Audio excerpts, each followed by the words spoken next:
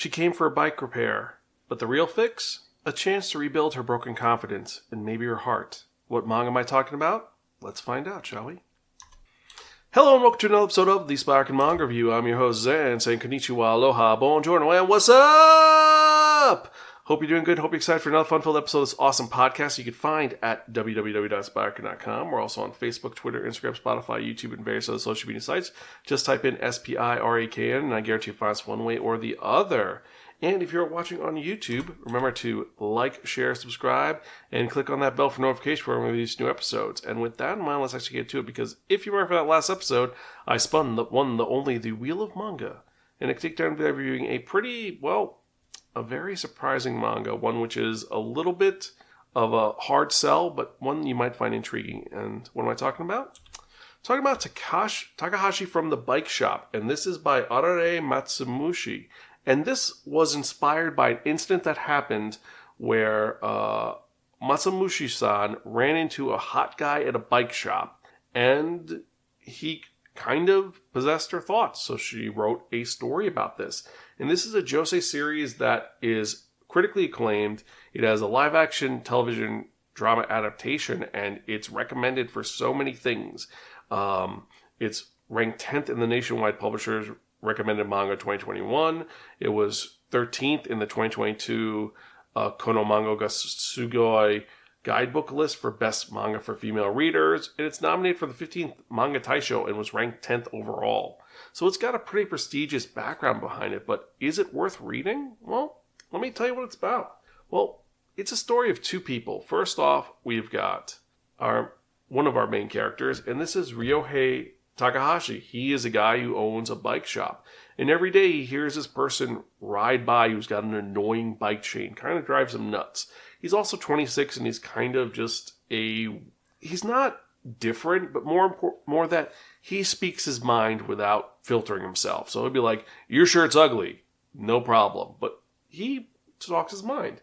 And then we have our main character, and this is Tomoko Hano, who's also known as Punko. And she is a 30-year-old office lady who she's not really doing well at her job. She has her best friend, but for the most part, what happens is that she gets yelled at work. Her boss bullies her. There's a guy at her job who kind of flirts with her and kind of pushes himself onto her. She doesn't really say no, but she doesn't say yes either, so it's a little bit hard.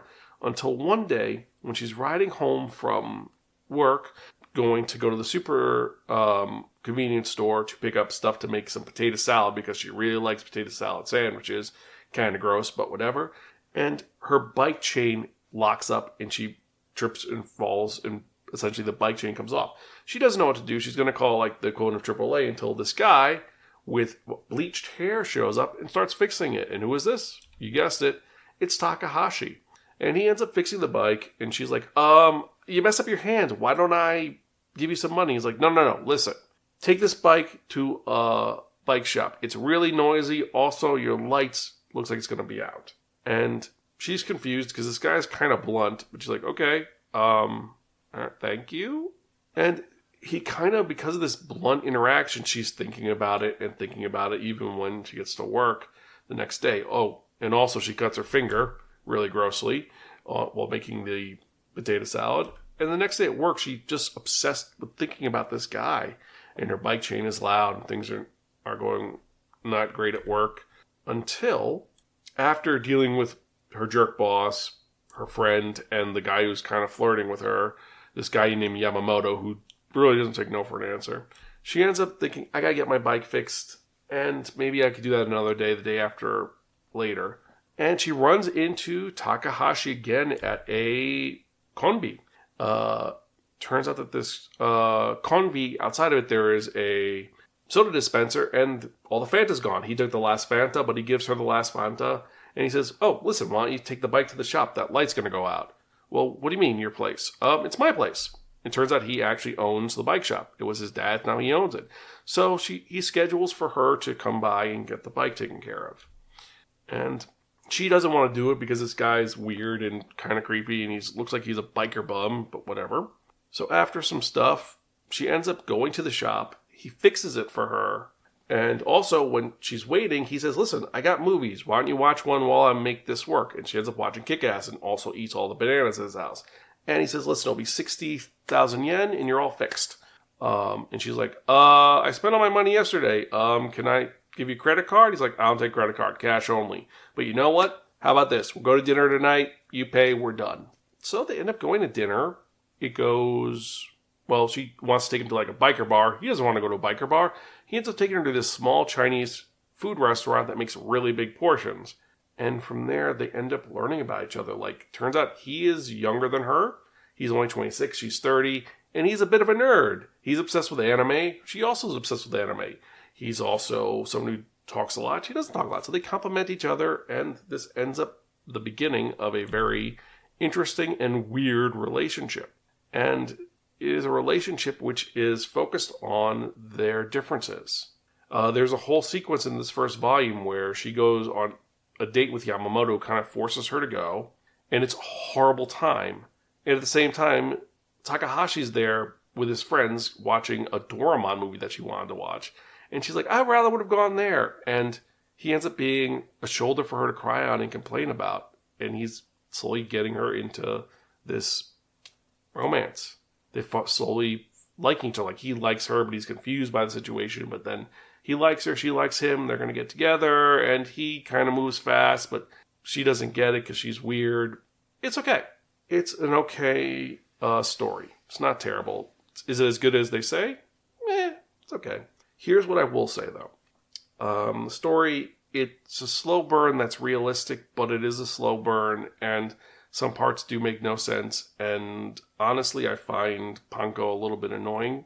But there's some really good story developments later on with her. Like, there's a story of her going home and her realizing that home isn't home anymore. And that's a cool element. But overall, it's just very, he likes her, but he's weird and doesn't know how to say it. But he knows how to say it, and whatever, But I digress. So anyway, let's go on to the art. How's the art? Is the art good? Is the art bad? It's okay. When you look at Panko and Takahashi, they're amazing. They look really intricate. But then you look at background characters, background images, and it goes from really great art to this guy looks like he has circle eyes. It's like focus on the foreground and then forget the rest. Art isn't that great. It's better than a lot of other series. A good example is Initial D. Initial D, the characters look horrible, but the cars look great. This is the reverse, where the two main characters look great, but everything else looks pretty bad. Next. So the story's okay. The art is good. The main thing, is it worth reading? Honestly, I'm going to be honest. With my rating, it's a gift from your crazy Aunt Muriel. It's okay, but in the end, forgettable, because it's like, there's a difference. She's younger than him, or he's younger than her, but it's like a 4-year difference. It's not crazy. It's not like he's in high school. He's 27, she's 30. It's not bad. It's based on an interesting anecdote that happened with Matsumushi-san. The art's not great, but it's better than, like I said, Initial D. It's okay. And it's a slow burn that feels realistic, so it's decent. It's just not wonderful. It's just, could have been better, could have been worse, But what were your thoughts? What do you think? Do you agree with me? Do you not agree with me? Let me know. Email me at zanspiraken.com or tweet me at Spiraken. Let me know your thoughts. And with that, let's actually get to the manga releases for the week, because we've got some interesting ones for this week. Some that are crazy and some that are very, what the hell. And actually, we're starting off with X-Men, the Manga Remastered, Volume 2. Then, we have Who Made Me a Princess, Volume 9. Turns out my real-life friend is my online friend is my real-life boss, Volume 3. Chodai Revengers, 3-4. This is Screwed Up, but I was reincarnated as a girl in another world, Volume 15 of the manga. That time I got reincarnated as a slime, light novel, Volume 20. Tank Chair, Volume 3. The Strongest Sage with the Weakest Crest, Volume 23, light novel. Sleepy Princess in the Demon's Dungeon, Volume 27. Quality Assurance in Another World, Volume 11. Please Go Home, Miss Akutsu, Volume 8. Otonari Complex, Volume 3. No Longer Allowed in Another World, Volume 8. Nina the Starry Bride, Volume 8. Miri Lives in the Cat's Eye. Minecraft the Manga, Volume 1. Meth, this is a complete series. Love is Dark, Volume 2. Loner Life in Another World, the manga, Volume 11. The novel, Volume 11. Komi Can't Communicate, Volume 33. Kimono Jihen, Volume 15. Kaguryo, Bed and Breakfast for Spirits, Volume 10 of the light novel. Jujutsu Kaisen, Volume 25. Imaizumi Brings All the Girls to His House, Volume 2. How to Deal When Your Intimidating Neighbor is Actually an Omega, Volume 2. Go-Go Loser Ranger, Volume 12. Face to Lips. The Eccentric Doctor at the Moonflower Kingdom, Volume 9. Easygoing Territory Defense with the Optimistic Lord, Volume 4, the manga. The Drifters Omnibus 1. Drifters is finally getting an omnibuy. They're not doing a hardcover like they did with Hellsing, surprisingly. Corpse Blade, Volume 2. Combats Will Be Dispatched, Volume 11.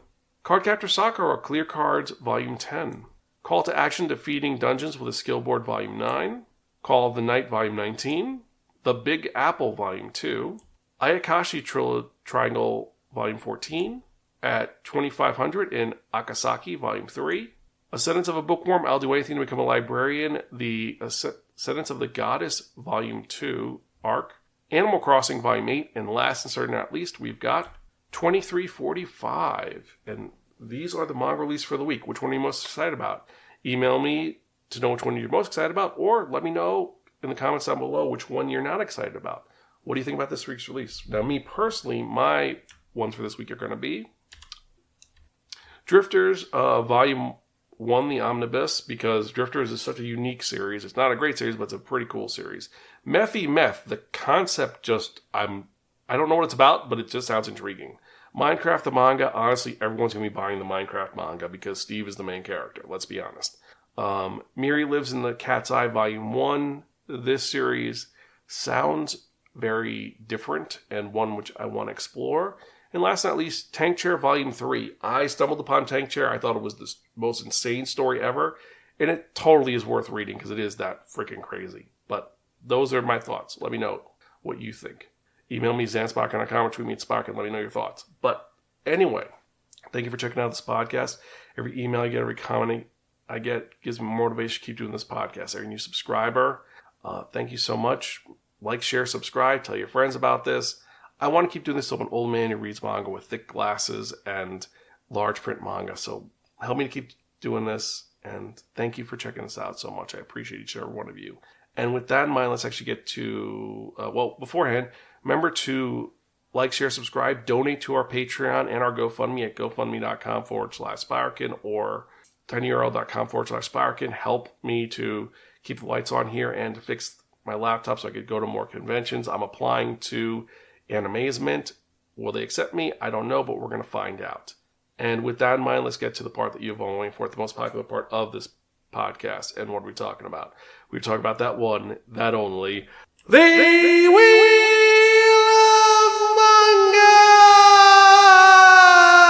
Yes, friends, the Wheel of Manga, except no substitute. Now, what is the Wheel of Manga? The Wheel of Manga is a Wheel of Fortune with 10 slots on. What we're going to do is we're going to spin the wheel. Whatever number it lands on, the manga that's in that spot is the one I'm going to review in the next episode of the Spiraken Manga, episode 583. We've got some great titles on here, some weird titles, and some which I've been waiting to review for a while. So let's spin and see what we're going to review in the next episode, shall we?